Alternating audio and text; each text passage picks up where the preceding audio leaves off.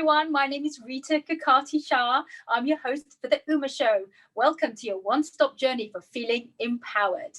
We're a platform for change. We build confidence. We are your voice. We want you to be bold, be you, be Uma. Today, we're exploring movers and shakers in women's studies. And I'm so excited to be joined by a goddess of go-getting, Sharmila Rudrappa, who is the Professor of Sociology and Director of the South Asia Institute at the University of Texas in Austin. Welcome, Sharmila. Thank you, Rita, for having me on board. I'm thrilled to be here. Oh, it's wonderful to have you. So I would love to kind of get everyone to know a little bit about you. You're a girl from Bangalore originally, born a Hindu, grew up as a Lingayat, and who had a love of elephants. Tell us about your amazing upbringing. I had a pretty good life thinking back, a large extended family with lots of cousins, and my extended family are basically coffee planters. So I grew up on coffee plantations for winter breaks and summer breaks. So I just love being outdoors. And these are also spaces that elephants move and occupy spaces. So elephant stories are part of our everyday folklore almost, stories about what this means.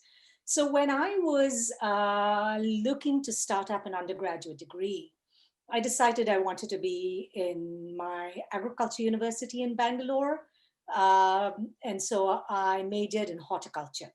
Wow. I majored in horticulture because I thought, that was the closest I could do to forestry, because we did not have a forestry degree back then in the 80s when I was graduating. So I did my degree in horticulture and then applied to the US for a master's in conservation biology. But at some point you actually moved to the US, didn't you? And whilst doing that, you actually ended up marrying a Jewish American journalist from New York. Yes. Tell us a little bit, how did you even meet? And tell us about the cultural adjustment. I'm guessing there would have been some sort of adjustment there. There was an adjustment and there wasn't. You see, because I came to the US to get my master's in 1989. So that was a long time ago. And then I switched to a PhD as well, finished that up. So having stayed in the US and in the Midwest for so long, I certainly felt quite American and very rooted in my Indianness as well, because of my strong family connections to Bangalore. And so I guess when I was, in graduate school, I had been dating quite actively, as most of us tend to do. And none of these were really necessarily converting into long-term relationships, And so I had a friend when I came to the University of Texas at Austin as a assistant professor. I was in my 30s by then. A friend of mine put me in touch with my husband, now husband, over the internet. We met on Match.com, surprisingly. Love it. I was one of those few Match.com relationships that has just been fantastic. He was the second guy I wrote to, and I loved the way he wrote. And I don't think I would have ever met him if not for Match.com, because the circles we move in are so different. He's a journalist. He writes about music. He used to write for Rolling Stones. And there I am, an academic who studies mostly, race in the US and gender in India. So Match.com was an ideal place for us to move. I love it. Yeah, and because you both had sort of writing, researchy backgrounds in your own different ways. So that's correct.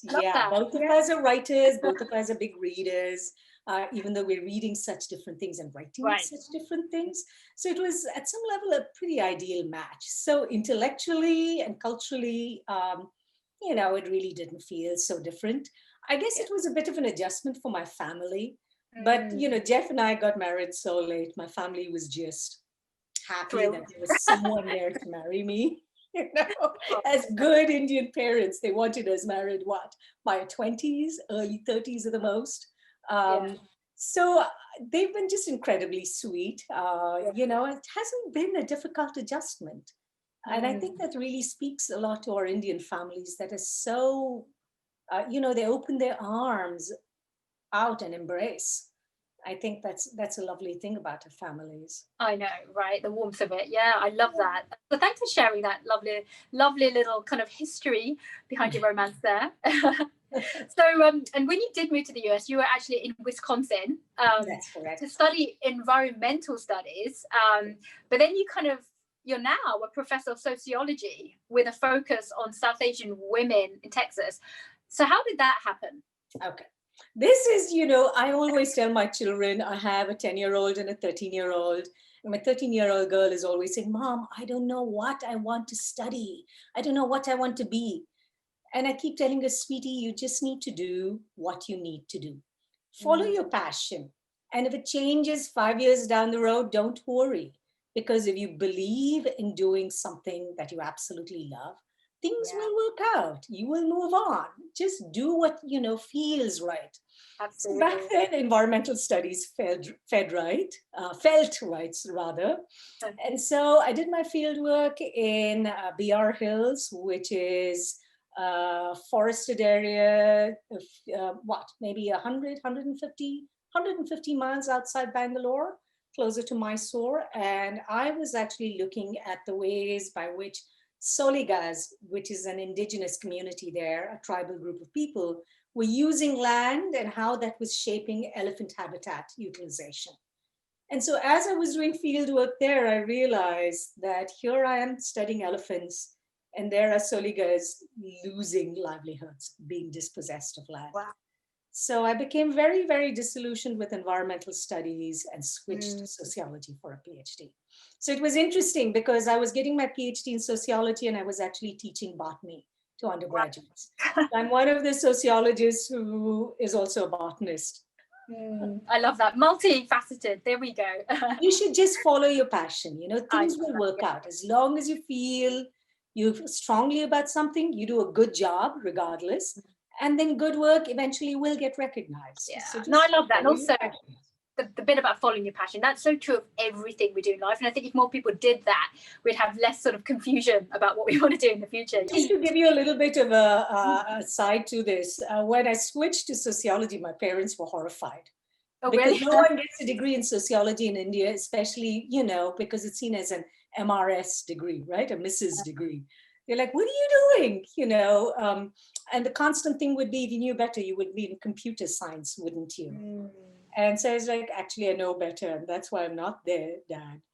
And the next question was, they were shocked I got a job. And so they were surprised, saying, oh my God, even for sociologists, there are jobs available. Yes, there are. Yes, there are. So follow your passion, people. Follow your passion. Follow your passion. I love that. Yeah. So, and then fast forward, you teach and research on issues related to gender, race, and labor in the US and India. Yes. And you've actually authored Ethnic Roots to Becoming American, Indian Immigrants and the Cultures of Citizenship. Now, that sounds super interesting. Tell us about your book. This book, The Ethnic Roots to Becoming American, really emerged out of my field work that I did for my dissertation a while ago in the late 90s. I've always thought of myself as an activist. And when I was a graduate student, we actually did radio shows. We organized students into unions to ask for rights and so on and so forth, right? So we were very active, a group of us in student communities and student politics. So when I was looking to do a dissertation project, I really decided I wanted to look at Indian organizing in Chicago. And I don't know if you know this, Rita, but among immigrant groups in the US, Indians have the largest number of shelters for battered women and support groups. Yeah. And you could say it's because we have such high rates of domestic violence among our communities and in our communities. But I think we don't have higher rates of violence than other communities. Right. Our rates are comparable. The reason we have such a high number of shelters and support groups for survivors of violence is South Asian American women, especially Indian American women, are really, really good organizers. We've started up a huge slew of shelters and support groups for survivors of violence. And so it was this that really motivated me to actually start doing work in Chicago with a fantastic organization called Apna Ghar, which started off as a support group, but actually has a shelter for battered women. So I did interviews with the shelter workers rather than abuse survivors. Right. What motivates us to do this kind of work? What is it that we're hoping to get? Because wages are absolutely abysmal. So this was the project, and thinking about what motivates activism, why do we engage in it? And Right. through that, thinking about how we become American by actually thinking about who we are ethnically to find a place in this American world. It's not by erasing culture, it's not by erasing your background, but really at some level affirming and in a way that is open to change, right? Rather than holding on to roots in particular ways. So that was the project, and that is what the book does. But it's really, I'm indebted to the fantastic people, young women mostly, who are doing the shelter work. That's amazing. And actually the depth you've gone into to actually find out something that you think, wow, I just want to really, really dive into this amazing kind of topic that affects so many people, to your point. You also then authored Discounted Life, the price of global surrogacy in India. Talk to us about that book and what inspired that. Yeah. That is a book I absolutely love, mainly because of the kinds of conversations that led to that book and the kinds of conversations I had during the research and the conversations subsequently. What was interesting for me is, and this is a bit of a personal story here, is I had a tremendous amount of difficulties getting pregnant, right? For much of our lives, women actually avoid getting pregnant, right? There's this huge anxiety about, oh my God, I don't want to get pregnant. We never imagine the difficulties we actually have in getting pregnant. And so that was something that I'd faced, or if I got pregnant, I miscarried very easily. And so this really, at some level, awakened in me an interest in studying infertility issues among women. And it was right around then that India was emerging as a global power for surrogacy, right? Naina Patel had been interviewed on the Oprah show. This would have been 2007. And I said, oh my God, here is a country that is being seen as overpopulated, yet it is emerging as the site for global surrogacy, right? And a lot of it has to do not just with international clients coming in, but large numbers of Indian women struggling with infertility issues as well, right? That is how you have the doctors who are skilled enough to do this sort of intervention. So that was what led to that book. And I did interviews with 70 surrogate mothers in Bangalore. It was initially very hard to get into, break into these networks. And so I tried from 2007. I was finally successful in 2011. Wow. And once I broke and got into the network, I was getting interviews like you wouldn't believe it, because all of the surrogate mothers had cell phones, and through these and they start coming forward. So that book has really received an incredible amount of attention. And for some odd reason, more than in the US, this book is highly popular in various European audiences. So I've been invited to talks in, I don't know, France, Denmark, Norway, certainly England. Where else? Oh, I was in Taiwan to do a talk on this book. So it's really been incredible. Canada, of course, Mexico. So the book has really raised a lot of interesting issues for various people across the world. And you've really hit a nerve there, because it's something, to your point, people haven't historically talked about. But you're seeing numbers and how populations are changing, and you think, wow, this is something that touches everybody in so many different ways. So kind of because of the back of that, now you're actually doing research on fertility issues right now, and you're focusing particularly on South Asian women. So that's really interesting. So tell us a bit more about that research you're doing. Yeah, see, this was what I'd initially started off. My research in surrogate mothers was studying infertility, right? Because the end point of all of the, pardon the language, crap you're dealing with, with infertility issues, after you do all of the treatments, so on and so forth, you end up with surrogacy. What I hadn't studied is what goes on before people make that decision to reach in, pursuing surrogacy. So this is what I'd realized, that when I was doing my interviews with surrogate mothers, I would hang out quite a bit with infertility doctors and have conversations with them in Bangalore. Amazing, amazing women, right? And they pointed out to some interesting stuff. And they said a lot of their clientele were information technology couples working in the infotech industry, high wage sector. And there were also quite a few migrant workers among their client pool. And these migrant workers were primarily Muslim migrants to the Middle East. And what starts emerging is, because of the way work is organized for us in contemporary economies, there's an incredible amount of, what shall I say, demands on our time, taking up that work, that actually couples have very little time to devote to intimacy. Right. With the migrant workers, they're gone for 2-3 years, and they come back for a period of 6 to 8 weeks, which is really small and narrow if you think about the fertility window for women.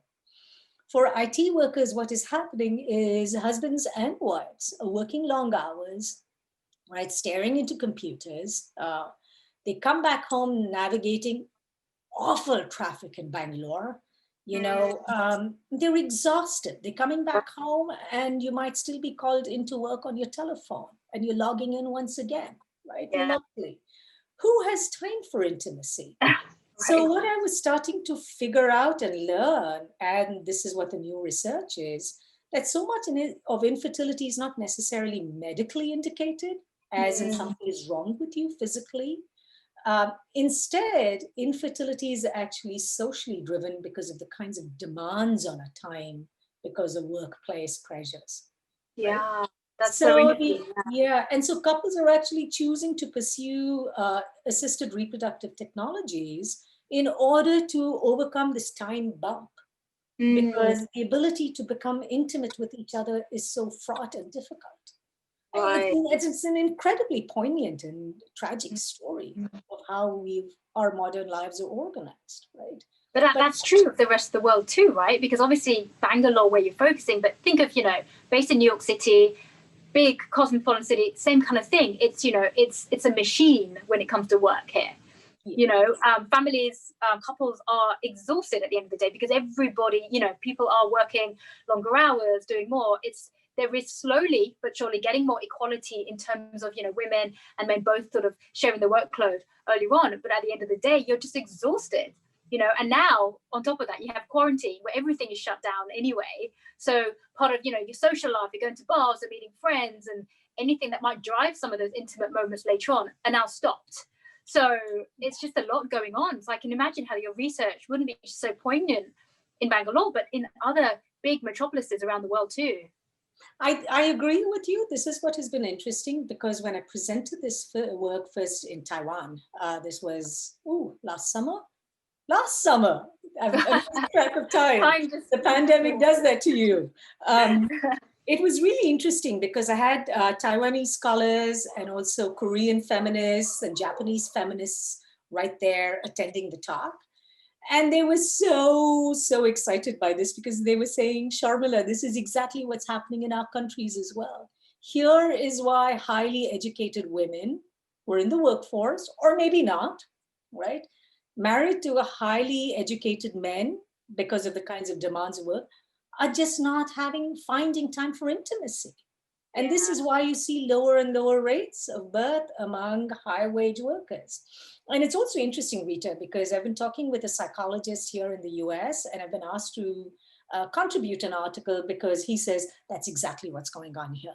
And so it's who would have thought that this, random little fact that I thought was so easily apparent is incredibly widespread, but we all make it our own little shameful secret, because no one wants to believe that we're in quote unquote dysfunctional marriages, whereas it's not dysfunctional, right? It's a system that's dysfunctional that makes the relationships dysfunctional. Absolutely. It's not a personal failure, right? So it's been really interesting doing this work.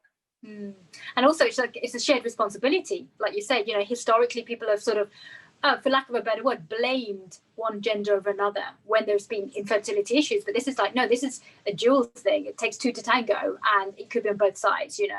Yes.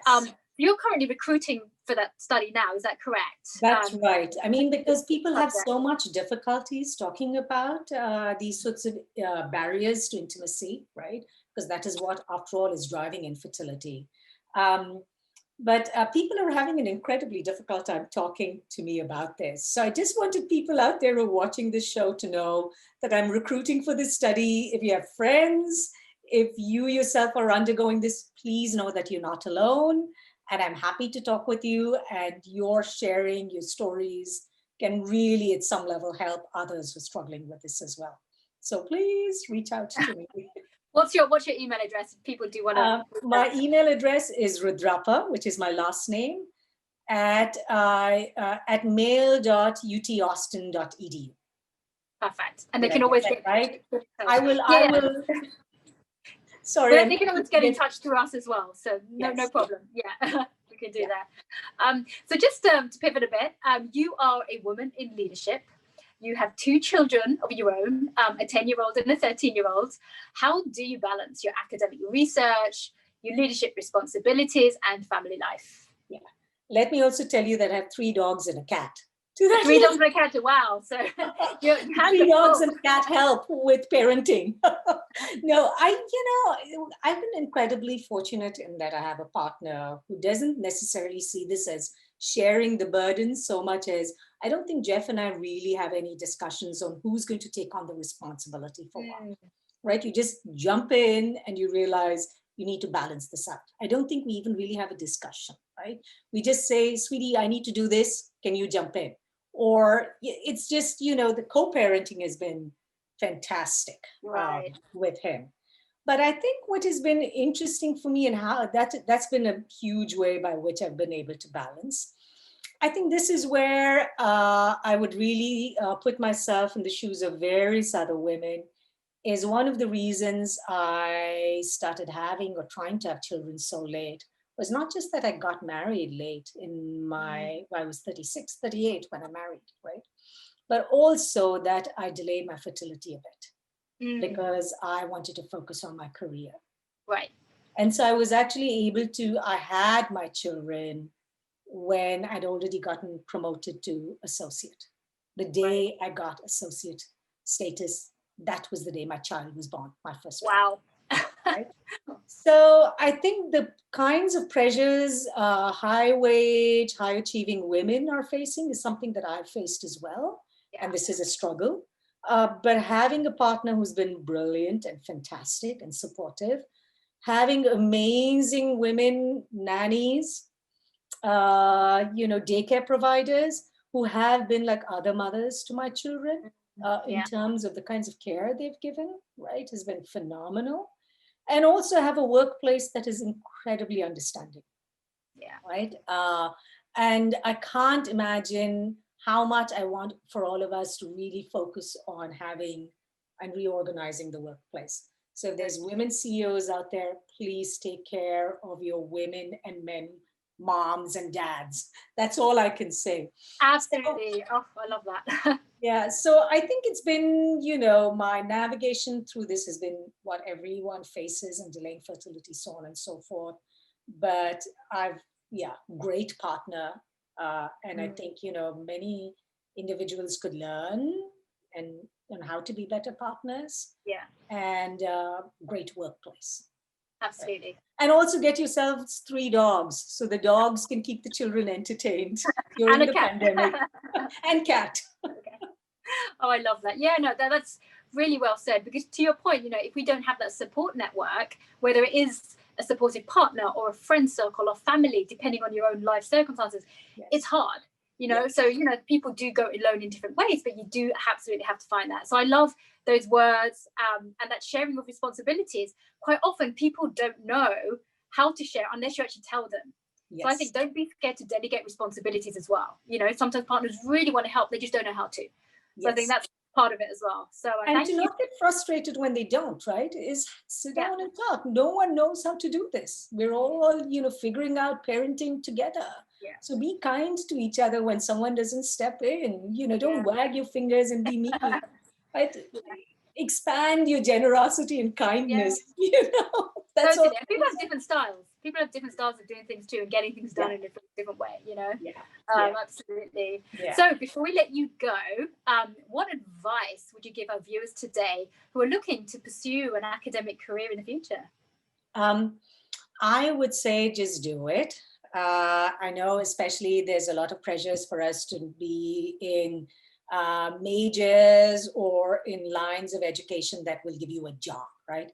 Engineering, medicine, not anymore because of IT stuff that happens. I would say forget all about that. Simply pursue what you feel passionate about, because there are jobs available, right?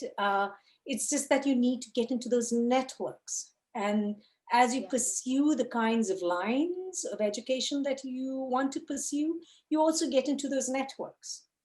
So invest in networks. Look up to senior women and men. Please don't think that men are all out there to cut your careers short. No, there are wonderful, wonderful male mentors as well. Yeah. So hook into networks so that you can be mentored in particular ways. If you are writing something as a graduate student or even as an undergraduate, send what you've written to a senior scholar. They might ignore it, but then again, they might write back, right? And they will help you. So reach out, right? And take pride in your work.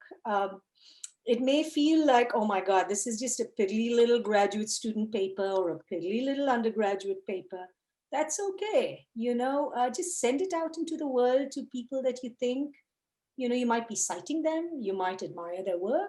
Send it out, right? And if they ignore it, well, at least you tried. Absolutely. But you'll be surprised as to how much, people are interested in actually engaging, because that's what we do as teachers, right? Academics are professors. So send your stuff out. Put yourself out there. I love it. Great advice over there. Sharmila, thank you so much for sharing for your having wisdom me. with us today. No, it's been such a pleasure. So Sharmila Rudrappa, Professor of Sociology and Director of the South Asia Institute at the University of Texas in Austin. And thank you to our viewers for joining us on this empowerment journey today. We want you all to embrace that inner goddess of go-getting. We want you to be bold, be you, be Uma.